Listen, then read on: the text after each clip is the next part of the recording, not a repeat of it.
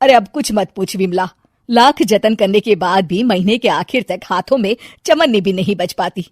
कभी अपने लिए कोई छोटी सी भी चीज लेनी हो तो 10 बार सोचना पड़ता है। तू सही कहती है, आमदनी तो बढ़ती नहीं, लेकिन दूसरी तरफ महंगाई दिन ब दिन बढ़ती ही जा रही है। राशन वाले का बिल, दूध वाले का उधार। अरे तुम औरतें बस इसी तरह जिंदगी भर रोती रहोगी। खुद के पैरों पे खड़े होने की सोचो, तब तुम्हें पैसों के लिए किसी का मुंह नहीं देखना पड़ेगा। अरे तू इतनी बड़ी बड़ी बातें कर रही है, तू ही बता दे हम क्या करें। हम औरतें चाहे तो कोई छोटा मोटा व्यापार कर सकती हैं, जैसे कि साड़ी बेचने का।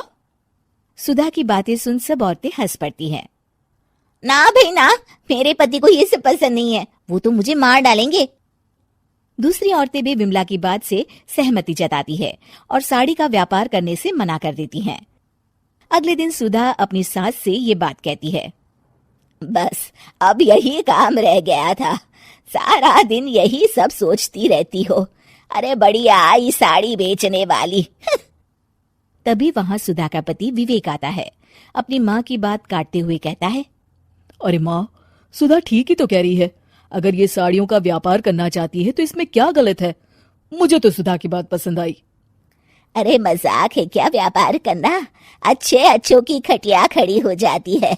मैंने दुनिया देखी है बेटा, तुम लोग ज्यादा हवा में मत उड़ो। और फिर साड़ियाँ खरीदने के लिए पैसे कहाँ से लाएगा? तुम उसकी चिंता मत करो माँ, मैं देख लूंगा। अगले दिन विवेक अपने एक दोस्त से कुछ पैसे उधार लेकर साड़ी के कारखाने से बहुत सारी साड़ियां खरीद लाता है। ये लो सुधा, तुम्हारा ऑनलाइन अकाउंट बन गया है। अब लोग घर बैठे तुमसे साड़ियां खरीद सकते हैं। ये तो बहुत अच्छी बात है। हाँ, और इतना ही नहीं, मैंने इसमें सभी नई डिजाइन की साड़ियों की फोटो भी अपलोड कर दी है। अब बस तुम देखती जाओ। कुछ दिनों के बाद। नमस्ते, मुझे सुधा जी से मिलना है। ओहो, तू कौन है और मेरी बहू से तुझे क्या काम है? माँ जी, मैं सुधा जी से साड़ियाँ खरीदने आया हूँ। अरे बड़ा बेवकूफ है तू, इतना बड़ा मीना बाजार छोड़कर यहाँ साड़ी खरीदने आया है। तेरा ऊपर का कोई पेच ढीला है क्या?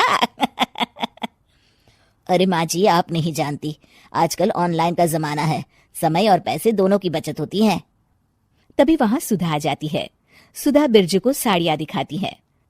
क्या बात है सुधा बहन जी, आपके पास तो बहुत ही सुंदर सुंदर साड़ियां हैं। एक काम करिए, ये वाली दे दीजिए और ये वाली भी। छोड़िए, एक काम करिए, ये सभी ही दे दीजिए। सुधा की सास हैरान रह जाती है। अरे इतनी साड़ी का तू करेगा क्या? अरे माँ जी, मेरी बीवी पहनेगी। अरे कितनी बीवियां है तेरी? माँ जी आप भी ना, बीवी तो एक ही है। पहले तो मैं 2-4 साड़ियाँ लेने आया था, लेकिन अब पूरी 20 साड़ियाँ ले जा रहा हूँ।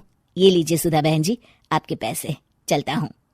धीरे धीरे सुधा के द्वारा घर में खोली गई छोटी सी दुकान चल पड़ती है और देखते ही देखते सुधा के घर ग्राहकों की लाइन लग जाती है। पैसों की आमदनी देख सुधा की सास की आंखें फटी की फटी रह जाती है। जा बहू, अब तू थोड़ा आराम कर ले, इन लोगों को मैं साड़ियाँ दिखा देती हूँ। माँ जी आप? अरे हाँ हाँ, अब जा भी।